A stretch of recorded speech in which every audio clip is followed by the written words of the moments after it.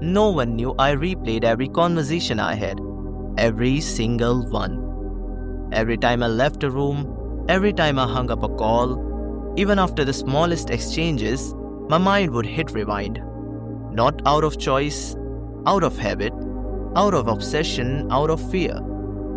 I could be walking home from the shop or brushing my teeth at night, and suddenly I'd be back in that moment. What did they mean when they paused? Why did they say okay like that?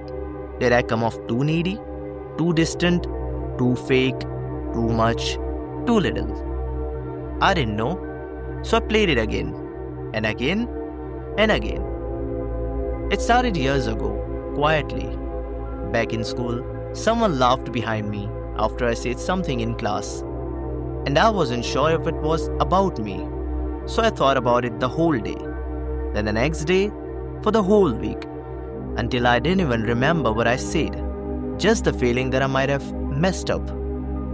As I grew older, the habit grew teeth. Now, after every meeting, I'd walk out smiling, but inside, I was dissecting every second. Did I interrupt them? Did I nod too much?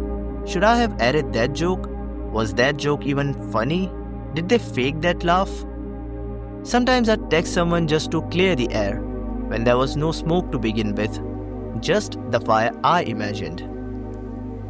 I became the silent editor of my own life, deleting moments, rewriting tone, questioning punctuation in memories that no one else even remembered. Do you know how exhausting it is to be stuck in a loop that only you can hear? There were nights I couldn't sleep, not because I wasn't tired, but because my brain wouldn't stop holding go. Let's revisit that awkward smile from 2 weeks ago. Roll back the time I said "you too" when the waiter said "enjoy your meal." Play the moment you laughed too hard at something that wasn't even funny. And all the while, no one knew. To the world, I was just quiet, thoughtful, maybe a little reserved. But inside, I was busy running simulations of every version of myself I could have been if I just said it differently. It wasn't just about what I said, it became about who I was.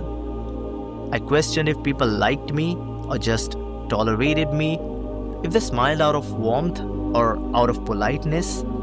Sometimes I'd walk away from a lovely conversation, and by nightfall, I had convinced myself I ruined it, that I talked too much, or not enough, or that my silence had said something I didn't mean. And the worst part, when I did try to explain it, people said, just stop overthinking. Like it was a switch, like I hadn't spent years trying to find that switch in every quiet room. But something changed, not all at once, but slowly. One evening, I was at a roadside food stall, and an old man beside me said, "People forget words, dear, but they remember how you made them feel." I nodded politely, but it stayed. It rooted itself inside me, like a sentence my brain couldn't edit. And I thought about all the conversation I replayed. Not once did I recall how the other person felt. I only remembered how I thought I came off. It was all about me. What if they were overthinking too? What if they were waiting for me to say something again?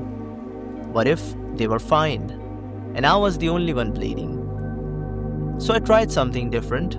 The next time I spoke to someone, I let it be. No rewind, no analysis, just presence. It wasn't easy. The itch came back, but I trained myself not to scratch. I replaced replay with reflection.